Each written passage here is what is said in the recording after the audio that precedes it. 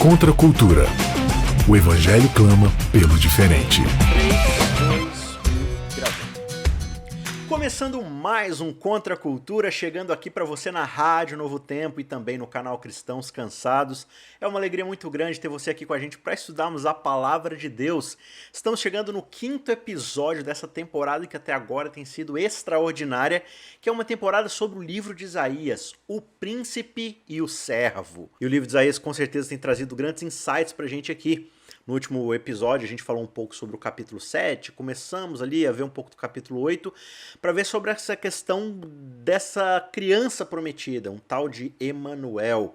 E hoje a gente vai ver um pouco mais sobre isso no decorrer dos capítulos, final do capítulo 8, 9, até lá no capítulo 12, a gente vai pensar aí alguns momentos do livro, desses capítulos, e tentar traçar aí alguns paralelos para a gente aprender mais uma vez. E comigo, algumas pessoas aqui que sempre voltam para participar com a gente, especialmente quando a gente está falando de livros proféticos, né? Pastor Matheus Rocha, um rapaz aí estudioso de profecias, de literatura apocalíptica. Matheus, mais uma vez, muito bem-vindo aqui com a gente. Obrigado, valeu, Isaac, sempre uma honra. E Jason Araújo, nosso querido, estimado professor de matemática. Para explicar as parábolas de Jesus. Né? Até porque você tem literalmente aqui um salto aqui de Isaías para os evangelhos aqui, né? Quase uma conta matemática aqui pra gente fazer. Mas beleza, show de bola. Pra gente retomar aqui o texto bíblico, antes eu quero convidar você para acessar, se você ainda não acessou, youtube.com/cristãos cansados. Por que eu sempre falo isso? Porque é importante você ir lá, porque lá tem conteúdo extra. Aqui na rádio a gente restringe o episódio ao tempo do bloco, que é de 27 minutos. Lá, na internet, a gente tem tido um episódio de quase 45, 50 minutos às vezes, ou seja, tem muito mais conteúdo lá.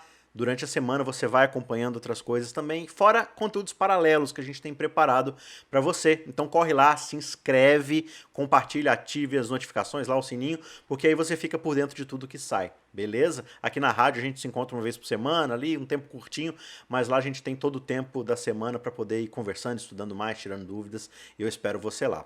Não se esquece também de acessar queroentenderabiblia.com.br e fazer sua pré-inscrição para o curso que vai sair no comecinho de fevereiro. Então, para você não ficar de fora, corre lá, faz sua prescrição, é grátis para a gente estudar a Bíblia juntos e vai ser um prazer receber você por lá. Beleza? Vamos então aqui para o nosso texto bíblico e a gente vai aqui para o capítulo 9, a gente vai retomar alguns pedacinhos do final do 8 ali, mas eu quero começar com o verso 1 do capítulo 9, que diz o seguinte: para a terra que estava aflita não continuará a escuridão.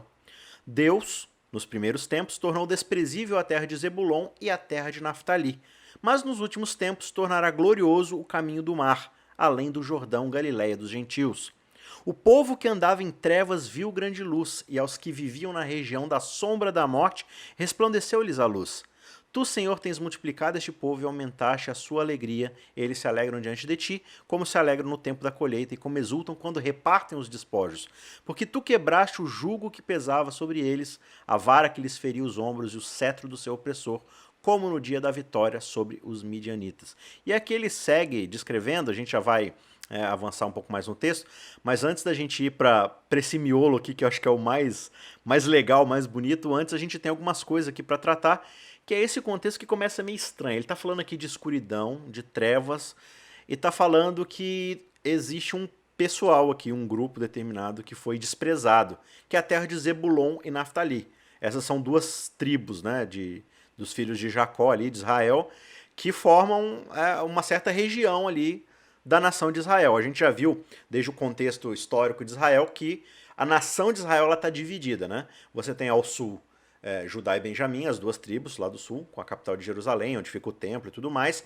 E ao norte você tem as outras 10 tribos, da qual Zebulon e Naftali fazem parte. Eles ficam, né, sem a referência do templo, sem o trabalho sacerdotal ali, e você vai percebendo na história de Israel do Norte que eles estão o tempo todo no meio da idolatria, os reis são reis ímpios que não se voltam para Deus. Você tem uma intensidade muito maior do papel profético ali naquela região. E aqui a gente começa descobrindo que Zebulon e Naftali é uma terra desprezível. Por que será que isso está acontecendo aqui? Qual que é o contexto sociopolítico, religioso, econômico que está acontecendo nessa introdução do capítulo 9, Jarson? No início do capítulo 9, está conectado ao capítulo 8, você percebe que Zebulon e Naftali, essas tribos que você citou, estavam afundadas na idolatria. O profeta Oséias, por volta desse mesmo período, já estava alertando o povo de um exílio que viria, da destruição que viria sobre eles. Então Oséias e Isaías são mais ou menos contemporâneos, e enquanto Isaías profetizava no Reino do Sul, Oséias estava lá no Reino do Norte. Tanto é que você nota a diferença entre os textos. Isaías fala mais sobre a profecia voltada para o reino de Davi, a linhagem davídica, enquanto que no Reino do Norte, Oséias falava mais sobre os problemas da aliança mosaica. Mas Isaías aqui está falando que para esse povo que estava em transgressão da aliança mosaica, Deus havia feito resplandecer a luz. Se eles estavam em idolatria, se estavam cedendo territórios e fazendo alianças com outros reis, se estavam caindo em ocultismo, Deus havia preparado para eles uma luz que será mencionada mais à frente nesse capítulo. Aquele povo que estava em trevas, principalmente as trevas do ocultismo, da idolatria, Deus faria com que eles voltassem atrás através de um milagre que ele mesmo daria. O final do capítulo 8 aqui, que a gente nem chegou a entrar direito no último episódio, mas tem um trechinho aqui que acho que vale a pena ler, é o verso 19 em diante, até o finalzinho aqui, né? Que diz, quando disserem a vocês, vem todo um contexto aqui que Deus está falando, olha, voltem-se para o Senhor, vocês ficam temendo os homens, vocês ficam indo atrás de conspirações e tudo mais, né? Quando é que vocês vão se voltar para mim e me temer, né? Sou eu que vocês têm que temer. E aí o verso 19 diz, quando disserem a vocês, consultem os médios e os adivinhos, que sussurram e murmuram, será que um povo não deveria consultar o seu Deus? A favor dos vivos se consultarão os mortos? E aí vem um verso que é muito conhecido e às vezes a gente usa ele meio contextualizado, né, às vezes, mas ele diz o seguinte, a lei é o testemunho. Se eles não falarem segundo esta palavra, jamais verão a luz do alvorecer. E aí entra um pouco desse contexto que a gente vai ver no comecinho do 9, né? Passarão pela terra duramente, oprimidos e famintos, e quando tiverem fome, enfurecendo-se, amaldiçoarão o seu rei e o seu Deus, olhando para cima. Olharão para a terra e eis aí angústia, escuridão e sombra de ansiedade, e serão lançados em densas trevas. Então aqui, Mateus, a gente já consegue ver um pouco da situação espiritual que o povo se encontrava, né? Se a coisa já estava meio feia lá no sul, com o rei se voltando completamente para si mesmo, para suas estratégias, construindo lá aquedutos para garantir que, né, eles vão ser sitiados, lá eles vão poder sobreviver, e Deus tentando oferecer lá sinais, envia Isaías com o profeta e tudo mais, nada. Se a coisa ali já está ruim, lá em Israel, que você está dentro desse contexto que o Jarson, né, ampliou para a gente aí, a coisa tá bem pior, né? Sim, e além dessa questão histórico-social, é importante notar aqui duas coisas. Uma que eu acredito que é mais no sentido teórico daquilo que o profeta está abordando, e outra questão mesmo da estética do texto, de como ele está construindo essa prosa profética, né? Quase uma poética aqui, né? Primeira coisa, a perspectiva a que se leva a crítica espiritual, uma perspectiva de que essa idolatria que vem do norte, e aí vem muito disso, né? Porque no norte, que faz fronteira ali com os povos de onde vem a idolatria, então a gente vai ver aqui uma movimentação geográfica no texto, onde essa crítica é feita, e isso é relevante, inclusive, para aquilo que a gente vai falar depois. Essa questão da crítica ao norte, ao rei do norte, às coisas do norte. E o sul como essa agora tentativa de escapar disso, né? E outra coisa é a terminologia que é usada aqui, de escuridão, trevas, que vai estar presente no decorrer desse texto, onde ele vai usar essa questão da luz e das trevas para então mostrar essa esperança, esse vislumbre de algo diferente acontecer no porvir, né?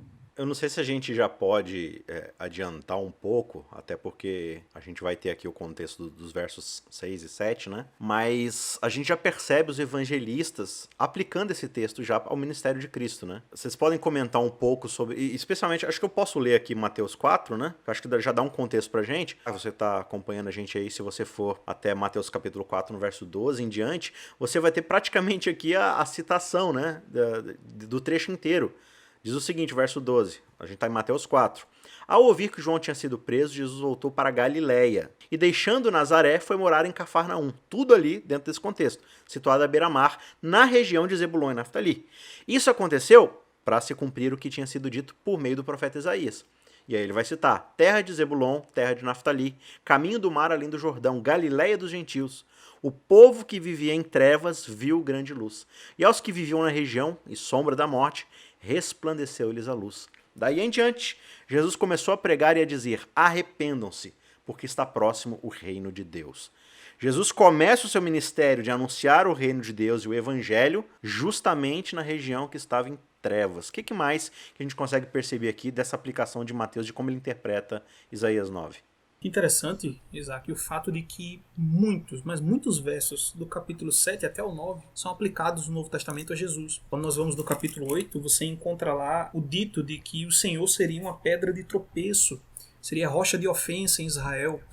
E os apóstolos perceberam que Jesus foi essa rocha de tropeço, foi essa pedra de ofensa que fez os homens tropeçarem, porque não creram nele. Ou seja, algo que Isaías estava vivendo na época dele, mas com relação a Jeová, os apóstolos perceberam que estavam revivendo, mas com relação a Cristo. Então é por isso que quando chega no capítulo 9, eles entendem que aquilo que se falava de Jeová, lá no Antigo Testamento, estava alcançando um cumprimento pleno na pessoa de Cristo. Então a mesma luz que o povo de Naftali e Zebulon viu naquela época, uma luz que se cumpriu de modo local, é projetada no Novo Testamento como uma tipologia. Jesus vem e expande aquilo, cumpre de modo mais perfeito do que o que havia acontecido no Antigo Testamento. Essa é uma das formas de aplicação. A gente consegue até perceber aqui, né, que a noção de cumprimento de profecia que os apóstolos tinham. A gente tem uma noção muito estreita do que é cumprir uma profecia. A gente acha que cumprir uma profecia significa A vai acontecer, então chega o momento certo, A acontece. Não era assim que os apóstolos pensavam. Cumprir uma profecia para eles era quando alguém repetia os passos do que estava escrito. Então, mesmo que aquilo já tivesse acontecido no passado, se Jesus estava repetindo aqueles passos do modo perfeito, como aconteceu antes, mas num novo contexto, ele estava cumprindo a profecia outra vez, né? Só que dessa vez de uma maneira mais plena. Muito legal, Gerson, o que você falou. Além em si do uso das palavras, eu vejo algo aqui bem presente, vai dentro de uma ideia que eu gosto bastante de trabalhar, né, de um teórico, o Gauss, chamado Estética da Recepção, Teoria da Recepção, onde você percebe que a construção de um texto, da arte, ela sempre vai se rememorar de questões já advindas. Então você recepciona essas questões para formular esse texto, essa narrativa, né? Então, por exemplo, quando a gente lê aqui, mesmo no 9, você vê o paralelo no verso 1 entre a localização das coisas. E fala de atravessar mar, o Jordão. Isso remete para a gente o quê? A tradição do Êxodo, tradição fundante do antigo Israel. Então, aqui, Isaías, ele pega essa tradição e trabalha ela aqui. Ele não escancara, não deixa isso necessariamente explícito, mas ele deixa isso diante do leitor. Ele constrói a sua poética profética aqui por meio da linguagem do Êxodo. E aí essa mesma linguagem que vem do Êxodo, perpassa por Isaías, é que se torna também palpável na tradição de Jesus, no Evangelho de Mateus, de um Jesus que não só passa por isso, mas ele passa pelo Jordão, no batismo no Jordão. Então, é algo que vai além apenas do uso das palavras, mas é a construção de uma figura que está sendo apresentada. E essa construção, a estética dela é recepcionada. Faz parte desse jogo de intertextualidades, né? Desde a tradição do Êxodo, perpassando pelos profetas, indo até a tradição de Jesus e chegando a nós, né? E aí você começa a ver algo que vai ser revelado pra gente agora nos próximos versos, mas a gente percebe nesse cumprimento, né, justamente essa ideia de que Deus ele inicia o seu processo de graça, de cura e de restauração com os desprezados, né, com aqueles que são os mais negligenciados. A gente observa, né, na história de Israel, poxa, mas eles são os que mais ficaram lá sem o templo, né, sem a referência do Senhor, né? Eles não conhecem direito mais a Deus por causa dessa negligência deles mesmos como nação, mas também desse contexto de negligência. E agora a gente vê o ministério de Jesus sendo aberto já no lugar mais improvável, que na verdade, assim, se ele fosse pensar no seu ministério como status, né, como legitimização, o último lugar para se nascer e se iniciar o ministério é Galiléia, né? É Cafarnaum, uma região assim completa. E aí você vê, não só no seu nascimento, no início do ministério, mas no decorrer dele, né? Sentando com a mulher samaritana lá no poço, aquele contexto lá da mulher lá do das crianças e dos cachorrinhos, né? E esse ministério de Jesus o tempo todo tentando conciliar esse povo perdido de Israel, né?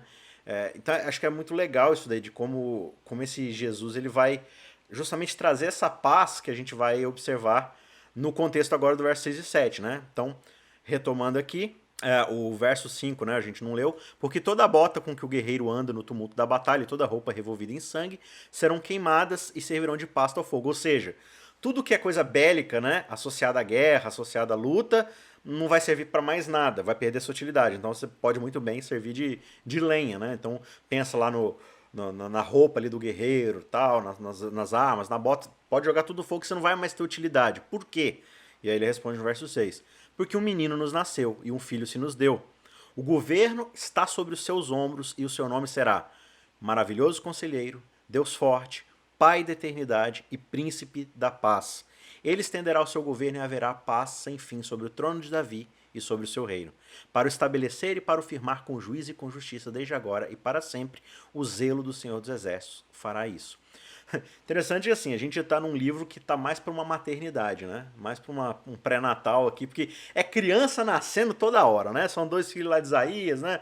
O foi, mas voltará, o outro rápido, seguro, presa, não sei o que das quantas, os nomes esquisitos. Mas agora a gente tem uma criança que parece ser central, porque essas 2 primeiras crianças, elas têm um nome de tipo, olha, vocês vão se dar muito mal, porque vocês estão abandonando a Deus. Né? Um fala assim, ó, vocês vão, mas vai dar problema do mesmo jeito, porque vocês estão se afastando de mim. O outro, ó, vocês vão ser presa fácil pro povo que tá vindo conquistar vocês. Mas agora ele fala assim, olha, tá nascendo uma criança agora que é um sinal de esperança no meio de todo o juízo que Deus está colocando, né? Ele será maravilhoso conselheiro, Deus forte, Pai da eternidade, Príncipe da paz. E aí, no decorrer do capítulo 9 aqui, ele vai começar a descrever como se tornará a nação ao redor dessa criança por causa do seu ministério, por causa do seu governo, né?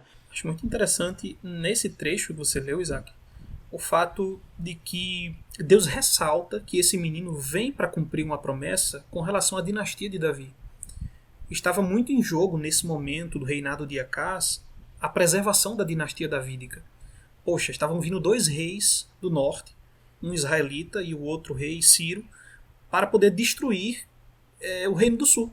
Então agora eles estavam pensando, poxa, se Acás for destruído, quem é que vai reinar no lugar? Quem é que vai preservar a promessa messiânica? O fato de Acás se encontrar em apuros aqui colocava essa questão em jogo.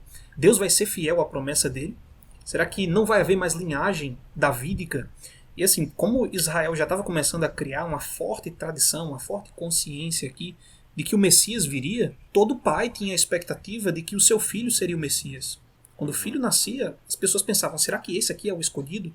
Que vai redimir Israel, que vai trazer tudo de volta, que vai levar a cabo os planos de Deus? E agora Acás estava com a dinastia ameaçada. Deus está fazendo a promessa aqui. Não se preocupem, porque vai nascer um menino que ele é Deus forte. E é através dele que as promessas da dinastia davídica vão se cumprir. A única questão que se coloca aqui é, Deus não especifica quando. Se aquilo ia acontecer naquele momento, se ia acontecer num futuro distante. Então nós temos uma boa base para entender que aqui é Jesus de Nazaré que está sendo colocado em vista. Esse Deus forte que vai cumprir todas as promessas que os reis humanos não conseguiam, viria um dia e se cumpriu justamente na pessoa de Jesus. Deus foi fiel através dele.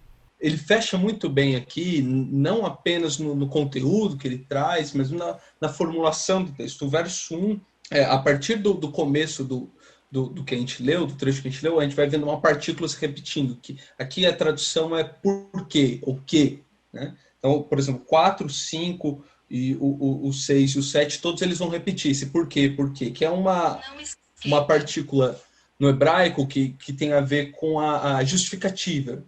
Ela está explicando o que vai acontecer, o porquê que vai acontecer alguma coisa, né? E ele vai fechando essa explicação no 6 com uma esperança que nasce num menino. O que é muito legal quando você pensa na construção imagética do Messias dentro do povo judeu. Porque, assim, uma coisa bem clara dentro da história bíblica, da maneira de contar a história, que é a seguinte, Reino do Sul e o Reino do Norte, Judá e Israel, eles são conflitantes porque um tem reis que são como que profanos quase, e outro, Judá, é onde tem a linhagem de Davi, e dela vem o rei esperado, né? essa é uma primeira distinção. Mas mesmo dentro dessa expectativa de que a linhagem real, autêntica e que a futura messiânica, ali, essa esperança messiânica se encontra, aliás, de Davi, ainda ali é discrepância. Não é uma tábula rasa de pensamento dentro do povo judeu. Aí a gente percebe isso aqui. Você tem uma classe, um grupo de pessoas que pensam, olha, esse rei que vem aqui, a nossa esperança é num rei forte, o rei que vai fazer o trato com as outras nações, o rei da guerra, o rei que vai conquistar tudo isso. Mas, por outro lado, tem outro grupo que pensa, o grupo aqui, aparentemente de pessoas mais simples, que pensam que talvez esse rei, essa esperança, não venha de alguém poderoso, alguém guerreiro, mas venha de um simples, do menino. E aí é interessante o próprio contraste que o texto faz aqui. É um menino, só que esse menino é Deus forte. E isso está presente na própria narrativa do Davi, na maneira como Samuel descreve isso. Por um lado, você tem um Davi guerreiro, mas também tem um Davi que cuida das ovelhas e que é negligenciado pelo próprio pai, porque acha que não tem condições nem de falar com o profeta Samuel. A gente vê isso bem claro aqui, escancarado nesse trecho de Isaías, que mesmo na perspectiva de que a linhagem da Davi, que é a linhagem da esperança, ainda tem alguns que colocam a esperança na guerra, colocam a esperança nos tratos políticos, nessa perspicácia governamental. Mas tem um grupo aqui que vê que mesmo na criança, no menino, existe esperança. Né? Isso é muito bonito, porque é uma imagem que o Isaías usa em outros momentos do livro, que é a criança como esperança, a infância como o olhar para o novo, para algo diferente. É interessante a forma como Lucas vai contar essa história, né? Porque ele fala do surgimento do coral de anjos lá para os pastores e tal, e fala, não tenham medo, tal, trago novo de grande alegria. Nasceu o Salvador, o Cristo, o Messias, né? O esperado, aquele que vocês estão aguardando desde sempre, ou seja, o Salvador, aquele que vai resolver todos os problemas, o Deus Todo-Poderoso. E como é que a gente faz para achar esse Deus Todo-Poderoso? Então, vocês vão encontrar ele, um bebezinho, num coxo para animal comer, lá no meio da estrebaria. Né? Glória a Deus nas maiores alturas e paz na terra entre os homens. Né? Então esse contraste que você colocou, né, Mateus? Acho que Lucas ele mostra um pouco disso. Né? Como é que você observa todo o poder grandioso que vai trazer paz e libertação da opressão e do mal num bebezinho lá na manjedoura, na margem da sociedade. Nós notamos, por causa da natureza humana, os mesmos problemas da época de Isaías na época de Jesus. Na época de Isaías, Mateus comentou aí, né, sobre as pessoas que colocavam suas esperanças no trato político, no acordo com outros reis, nos exércitos humanos, na cavalaria pesada, no arco, na flecha. Era a mesma coisa do Novo Testamento. Quando eles viram Jesus, eles estavam esperando que ele se tornasse um rei poderoso. Estavam esperando alguém que, ao invés de fazer tratos políticos, rompesse todos os tratos políticos e levasse Israel para uma glória poderosa e terrestre. Ou seja, no fundo era o mesmo problema, só que por uma outra via. Eles ainda queriam um rei humano, sendo que já Isaías e Jesus revelavam um rei que tinha outra natureza, que trazia um reino espiritual. Né? O mesmo tipo de problema em duas épocas e a mesma solução nas duas épocas. Agora do capítulo 9 em diante, né, passando por boa parte do capítulo 10, você vai ver o juízo de Deus por etapas ali em cima de Israel, consequência também com a Síria, que se julga, né? Ela está sendo usada por Deus para cumprir um propósito pedagógico, mas ela se julga no direito de usar de violência, de destruir e tal, como se não houvesse consequências para isso. E Deus também coloca, né, o seu juízo sobre eles. Até o meio do capítulo 10 aqui tem alguma coisa que vale ressaltar para gente? Acho que isso que você falou é muito, muito importante, porque mostra como era a dinâmica da ação de Deus com as nações do Antigo Oriente, incluindo o seu povo Israel. Deus utilizava povos e mandava um povo para entrar em conflito com outro. O texto de Isaías coloca isso de um modo interessante. Diz que o Senhor assobia para uma outra nação que está distante para que ela venha com suas armas de guerra destruir seu próprio povo. Mas quando essa nação se excede naquilo que Deus havia ordenado, Deus diz, vem lá e pune meu povo. Aí o que é que os assírios queriam? Queria eliminar Israel. Queria eliminar Judá. Deus diz, não, eu não mandei vocês fazerem isso até esse ponto. Agora seria a Síria que ia ser punida. É justamente o que aparece no capítulo 10. Né? Muito notável essa dinâmica da relação de Deus com as nações, coletivamente. Indo aqui para o capítulo 11, a gente começa falando sobre um outro verso aqui que é muito conhecido também, que é do tronco de Jessé sairá um rebento e das suas raízes brotará um renovo e repousará sobre ele o Espírito do Senhor, o Espírito de sabedoria e de entendimento, o o espírito de conselho e de fortaleza, o espírito de conhecimento e de temor do Senhor. Ele terá o seu prazer no Senhor e não julgará segundo a aparência, nem decidirá pelo que ouviu dizer, mas julgará com justiça os pobres e decidirá com equidade a favor dos mansos da terra. Ó, ecos aqui no Sermão do Monte, né? Castigará a terra com a vara de sua boca e com o sopro dos seus lábios matará o perverso. O cinto dele será a justiça e a verdade será a faixa na sua cintura.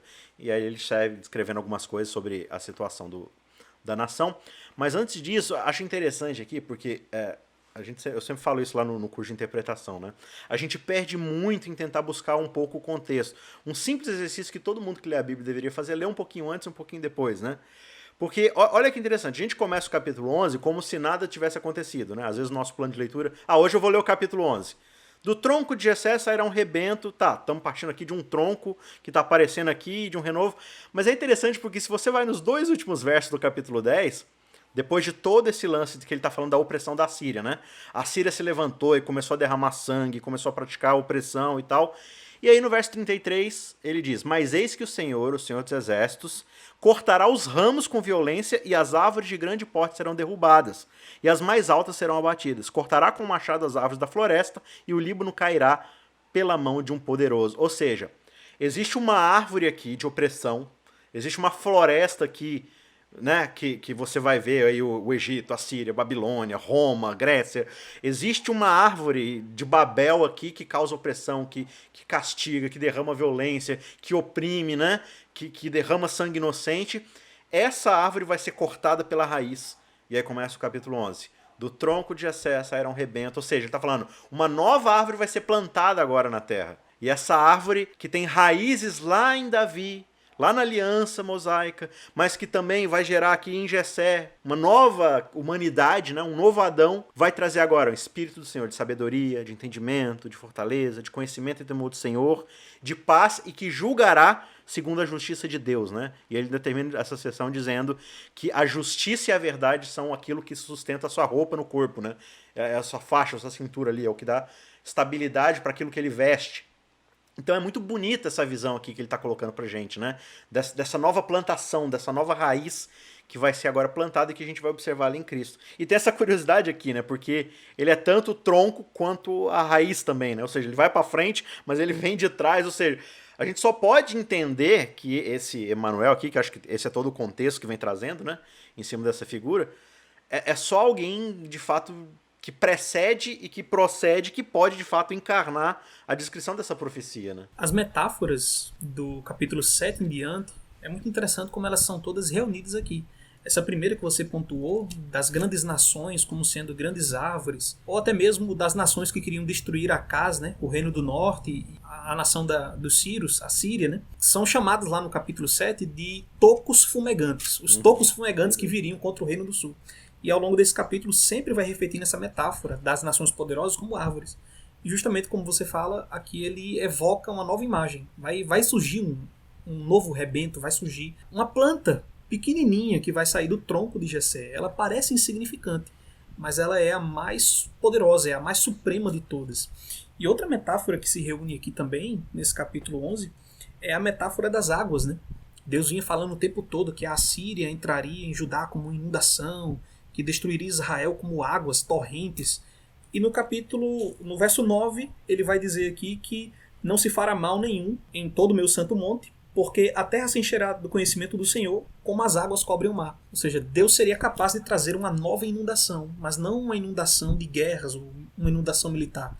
Seria uma inundação do conhecimento dele. Esse tronco de Jessé aqui, ele é uma reversão de todas as maldições anteriores, que vem desde o capítulo 7. Deus colocando uma bênção aqui, que viria dele através do Messias, revertendo as maldições. Eu acho muito bonito o jeito que começa o 11 falando da árvore, mas também lembrando de como ele consegue aqui amarrar. O livro de Isaías ele tem trechos assim bem diferentes uns dos outros.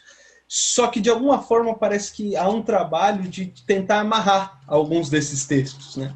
E aqui quando ele fala do tronco de Jessé, raiz, tal, referindo ao povo Israel, Eu lembro do capítulo 6, a visão do Isaías, né? Quando ele vê o trono lá e a língua dele, o tição tirado do fogo. No final do capítulo 6, Isaías é comissionado a levar uma mensagem. O último verso do capítulo 6 é quando fala o seguinte: mas se ainda ficar a 10ª parte dela, compara o povo com uma árvore, tornará a ser destruída, como o terebinto e como o carvalho, dos quais depois de derribados, aí ele fala, mas ainda fica o toco. Assim a santa semente é o seu toco. Que ele usa uma expressão muito bonita no capítulo 6. Fala, vai ser destruído, essa árvore aqui desse povo de lábios impuros, esse povo vai ser destruído, vai sobrar nada, mas vai ficar a santa semente. E semente dentro do texto bíblico é algo muito bonito, porque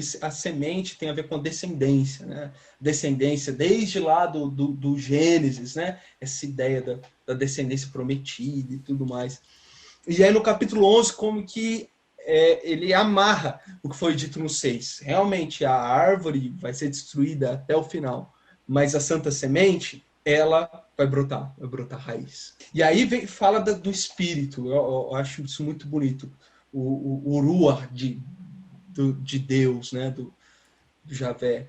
A ideia de que o espírito ele vai estar entre as pessoas. O espírito de Javé ele tem muita relação com essa questão da presença, do cuidado divino, né? ao longo da tradição do Êxodo, principalmente. É o espírito de Javé que ajuda a abrir o mar para o povo atravessar, o espírito de Javé que guia o povo. E aqui o espírito de Javé vem para trazer justiça, direito. E aí ele usa algumas expressões que eu acho muito bonitas, dos pobres e dos mansos da terra. São expressões complexas, né? Quando aqui, por exemplo, a gente encontra a palavra pobre, ani, em hebraico, não é meramente apenas a falta de recursos financeiros, né? O pobre aqui tem a ver com opressão, o destituído de força, o que é colocado a par do sistema, da centralidade do governo. E o manso da terra é questão do quieto, uma tradução assim, bem literal desse manso da terra seria o quieto da terra, o que não tem voz. O que sofre e não é representado, mas o Ruach, aquilo que sai da boca de Javé, vai estar pairando sobre ele. Isso é muito bonito, né? É essa árvore nascendo de novo. Essa conexão que você fala, Mateus, com o que vem antes, é muito interessante também, porque ele faz uma conexão também com o que vem depois. Aqui ele fala que esse tronco de Jessé, esse renovo, teria a plenitude do Espírito, né? Aparecem 7 qualificativos aqui para o Espírito Santo. São os 7 Espíritos lá do Apocalipse, né? O Espírito de modo pleno. É a mesma coisa que é colocada sobre o servo do Senhor, lá no capítulo 42 de Isaías. Ou seja, tem uma conexão com o que vem depois também. Esse indivíduo, ele é o servo sofredor do Senhor, mas ele também é o rei. Ele é aquele que traz a plenitude para todos os mansos da terra, mas é também aquele que sofre a opressão de todos os ímpios, de todos os malignos da terra. Lá no capítulo 42, capítulo 53 e etc. Só um detalhe, já, que é justamente o título da nossa temporada aqui do Contra a Cultura, né? É o príncipe e o servo, né? É uma coisa muito dúbia, né? É muito dúbio isso em Isaías, mas sim, continue. Sobre o verso 8, só um detalhe adicional, que ele fala que a criança de peito brincará sobre a toca da áspide. O já desmamado meterá a mão na cova do basilisco. Isaías está entrevendo aqui uma reversão dos efeitos da queda. Você vê que um dos efeitos da queda é a inimizade entre a humanidade e a serpente. É claro que nós entendemos a serpente de um modo espiritual, como apontando para Satanás, mas pode-se entender também a serpente de modo literal. E aqui Isaías parece fazer essa aplicação. Não haverá mais a inimizade entre a humanidade e os animais, e representada aqui pela figura da serpente, né? Ou seja, voltaria a haver união entre esses dois lados. Talvez, não sei aqui, né, mas talvez serpente seja o animal mais, dentro da cultura judaica ali, acho que o mais, assim, em termos de queda da natureza, acho que é o animal que mais dá problema quando você pensa, né? O Jarson, indo lá para frente no livro de Isaías, e citando essa questão da figura do pequeno, do indefeso, me fez lembrar de algo que eu acho que cerca todo o livro de Isaías, que é essa linguagem do pequeno, da criança, do manso da terra, daquele que não tem voz, tal. É algo muito bacana. Quem se interessar, tem um livro belíssimo que explica alguns desses termos e situa isso principalmente dentro da tradição profética, que é o direito dos pobres, Dr. Milton Schwantz, saudoso, faleceu há uns anos, foi professor na mesma universidade onde eu estudo, lá no MESP. E é um livro que explica isso, é muito bonito no livro de Isaías, essa esperança,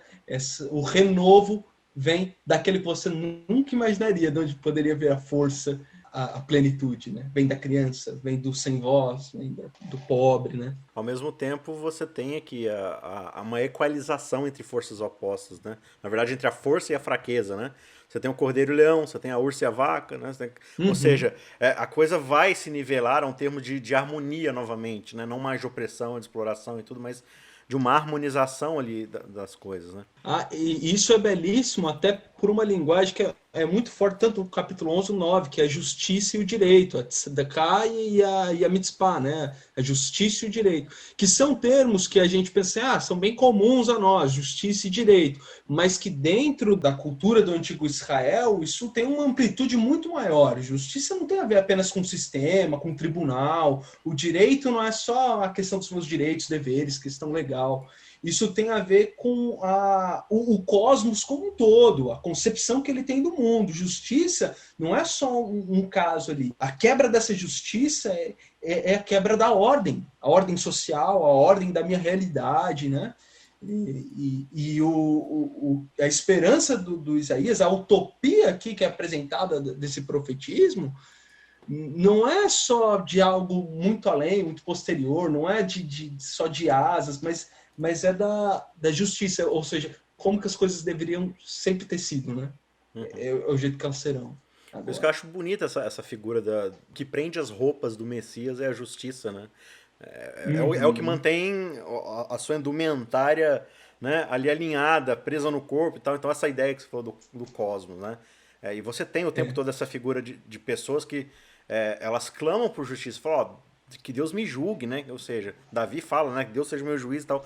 É esse anseio pela justiça que só Deus pode colocar. Sim. Que não é uma justiça que tá vendo uma pessoa ali num cantinho. Ele tá vendo o cosmos por inteiro, né?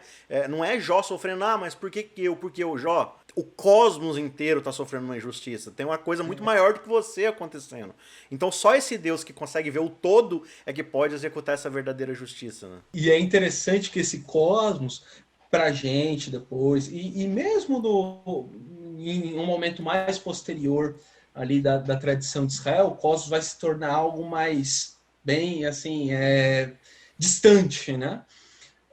Ou uma questão quase de céus e vários céus, essa coisa diferente. Mas da tradição de Israel um pouco mais antiga, algo que é bem palpável de cosmos é aquilo que é debaixo do sol, debaixo do céu. Então, daquilo que eu estou vendo, esse é o meu mundo, essa é a minha realidade.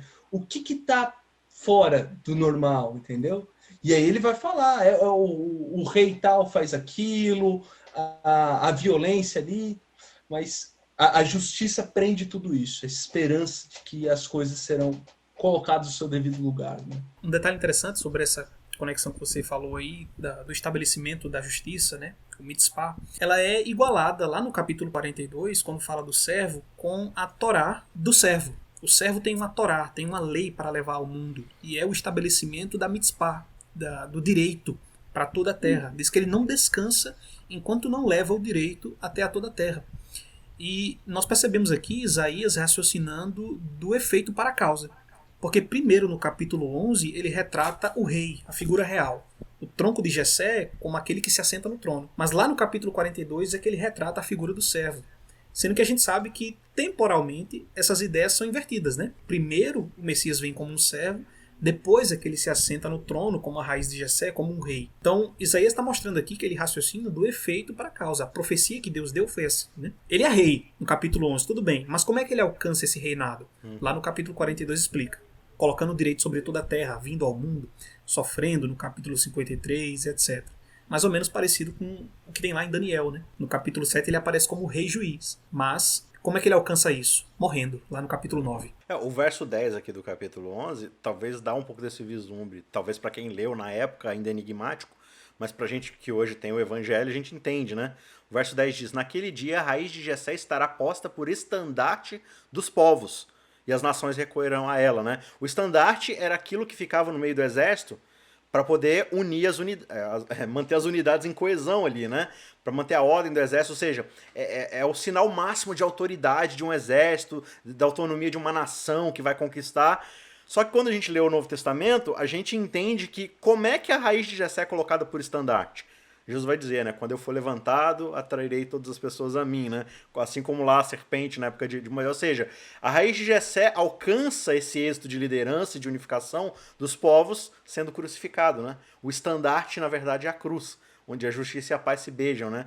É incrível como é que esses ecos assim vão chegando na gente aqui. Eu fico tentando imaginar como o pessoal da época devia ler isso e olhar para o futuro, né? Para a gente hoje talvez seja um pouco mais cômodo, mas qual é o sentido de esperança que eles tinham naquela época, né? O profetismo ele passa muito por essa questão da recepção, né? Que eu já citei a teoria do Hans Jaus, né? Que é a estética da recepção. Não é sobre necessariamente Bíblia, mas é bacana de ser aplicada aqui para a gente entender um fenômeno da cultura, né? Então, a cultura é de um povo aqui que vive a tensão do exílio. A tensão do exílio, aqui dentro do que é explorado na cultura que é apresentada em Isaías, o exílio representa essa quebra da aliança, porque você sai do lugar onde é a terra da aliança, você perde o rei que seria o rei da aliança, então essa aliança é quebrada.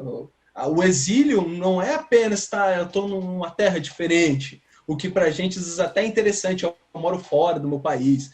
Para eles, isso quer dizer a não presença de Deus. Acabou. E isso afeta toda o status de justiça, da tzedakah, do shalom, que é essa paz, a prosperidade.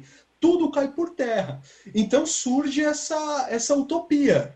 Né? Utopia, que é uma noção que às vezes é mal entendida. Né? A utopia não só como não lugar, a utopia como um lugar que talvez ainda não exista ou não da maneira que eu quero, mas eu anseio por ele. E o Messias, a figura messiânica é aquela que leva o povo ou esse grupo tem essa expectativa do lugar onde está até esse lugar onde ele quer estar. Essa construção da esperança. E essa construção da esperança messiânica, ela surge da própria palavra, né?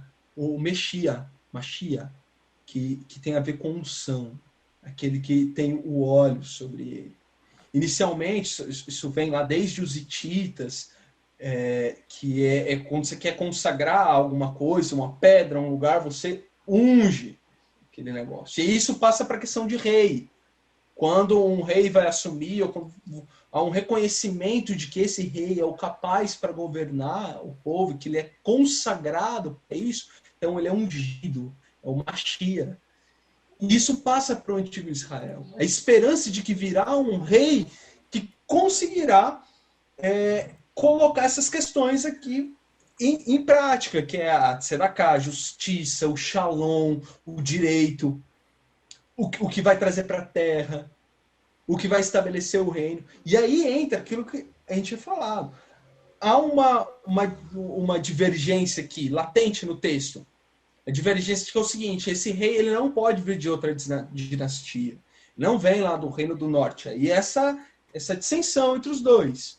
Tem o pessoal do Reino do Sul. Mas surge essa noção. Mas como virá esse Mashiach? E cada rei que passa, ou cada pessoa assim, que talvez demonstre um pouco de liderança, é alguém que se espera. Será ele o Mashiach? Ou será esse grupo? Que o Mashiach não necessariamente é só um indivíduo, mas pode ser dentro da mentalidade do judaísmo pós-exílio, pode ser um grupo, pode ser mais de uma pessoa. Como virá esse Mashiach? Pode ser um sacerdote. E aí os profetas, eles muitas vezes, alguns deles, nos levam para o outro lado. Que não é o Mashiach da honra e da glória. É o Mashiach da criança, do pobre. E isso é tão bonito e até implícito em algumas coisas que no próprio conjunto de poesias e cânticos do povo isso está presente. Em alguns salmos, assim, de maneira bem assim, às vezes, tangencial, o povo cantava isso. Das crianças de colo, dos pequenos, vem o perfeito louvor. É a noção de que a esperança não está no grande, está no pequeno. Os salmos que falam os mansos da terra, os quietos da terra, Deus trará, Javé trará a tzedakah, vai trazer justiça, e esses mansos da terra vão poder louvar o Senhor. Então, essa esperança, ela é nutrida de maneira como que de dentro, né? Cantado nas músicas, mesmo pelos reis, mesmo pelos poderosos, que às vezes fazem o contrário da justiça divina, mas aquilo estava lá, implícito. Né? E vai chegando até os tempos do Novo Testamento, onde a gente vê isso escancarado. Aparece um Jesus, ele não vem do nada, né? Jesus, ele aparece num contexto bem construído e religioso, de gente que entende do profetismo. O profetismo, a interpretação dele é construída ao longo dos anos. Não tem um vácuo total de profetismo. O povo está atento. Só que a questão que fica é, será que o povo vai reconhecer esse Machia na pobreza do carpinteiro, na simplicidade daquele que vem lá da Galileia? Pode vir alguma coisa boa de lá? E aí Jesus é apresentado, né? E a tradição de Jesus, ela é construída no profetismo, né? Várias imagens e palavras, as expressões de Jesus vêm dos profetas, e não só as imagens. Aí é bacana também perceber a desses profetas, o trajeto que eles fazem, que a gente já falou aqui de Isaías, de passar pelo Jordão, todas essas questões. Na tradição de Jesus, nessa personagem que é apresentado para a gente, isso tudo vai como que culminando, né? A tradição profética do manso da terra, do humilde, até chegar no Machia Jesus. Essa ideia de um Messias que viria de um povo pobre, ou que viria do seio da nação em pobreza, já é de algum modo colocada nas entrelinhas da profecia no capítulo 7, que diz que essa criança comeria leite e mel, que são indicativos de alimentos, manteiga e mel, perdão, que são indicativos de alimentos da pobreza, ou seja, da classe baixa. E lá no capítulo 8 fala que as únicas coisas que seriam deixadas para Emanuel seria uma terra arrasada. No capítulo 8, verso 8. Ou seja, esse Emanuel futuro que viria, nasceria, mas num contexto em que ele se alimentaria de manteiga e mel e viveria numa terra que era economicamente arrasada. Então já fica muito nas entrelinhas do profeta Isaías que ele seria um Messias que viria da pobreza e não da classe alta do povo. Essa conexão que você colocou também, Mateus, entre a figura do Messias e aquele que redime o povo do exílio já é retratado no final do capítulo 11 também de Isaías. Porque fala que nesse final do capítulo 11 se diz que como resultado da obra do tronco de Jessé, né, como resultado da obra desse renovo, haveria um caminho plano para o restante do povo, o que for deixado da Síria, como houve para Israel no dia em que subiu da terra do Egito. Ou seja, esse Messias traz um novo êxodo. Essa figura messiânica provoca um novo êxodo no povo.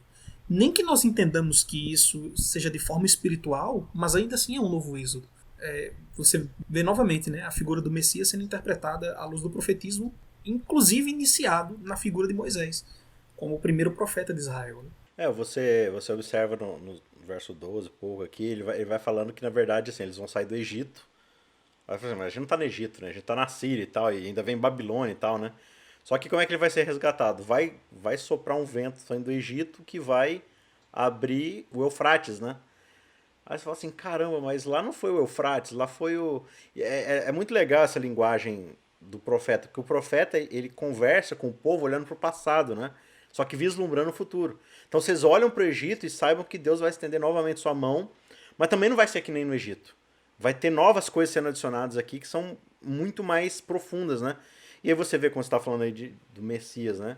Que passa pelo mar, né? Que passa pelo batismo ali das águas, recebe o Espírito ali no meio das águas, vai para o meio do deserto, começa a reencenar todo o êxodo ali, né?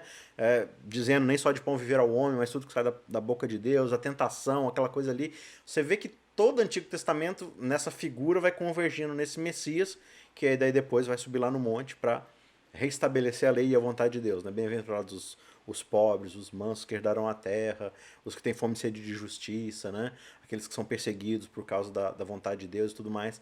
Então é maravilhoso você olhar essas reverberações de como isso vai se projetando lá no futuro. E a gente encerra esse trecho aqui do estudo com o capítulo 12, que é bem curtinho, mas ele fala desse cântico de salvação pela restauração de Israel, né?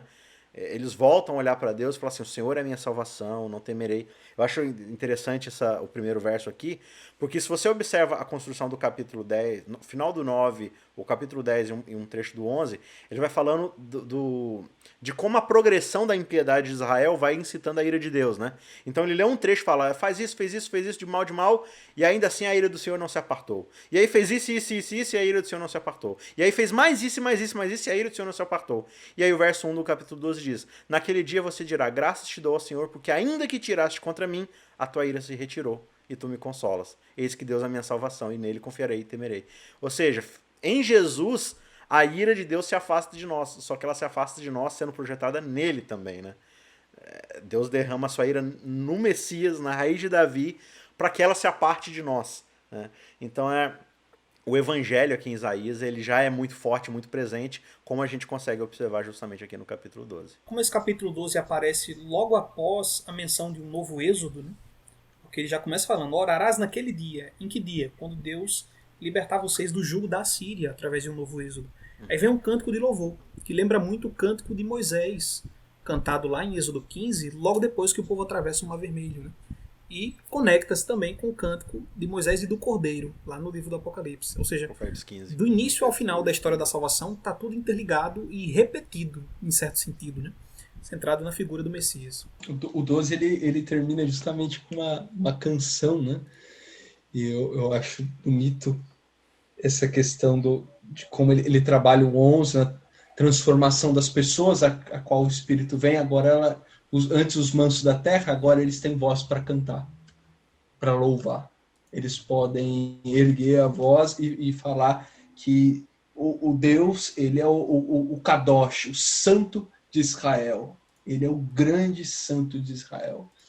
É muito bonito assim, a maneira como que fecha esse trecho aqui do livro de Isaías, né? No capítulo 6 você tem o Kadosh, né?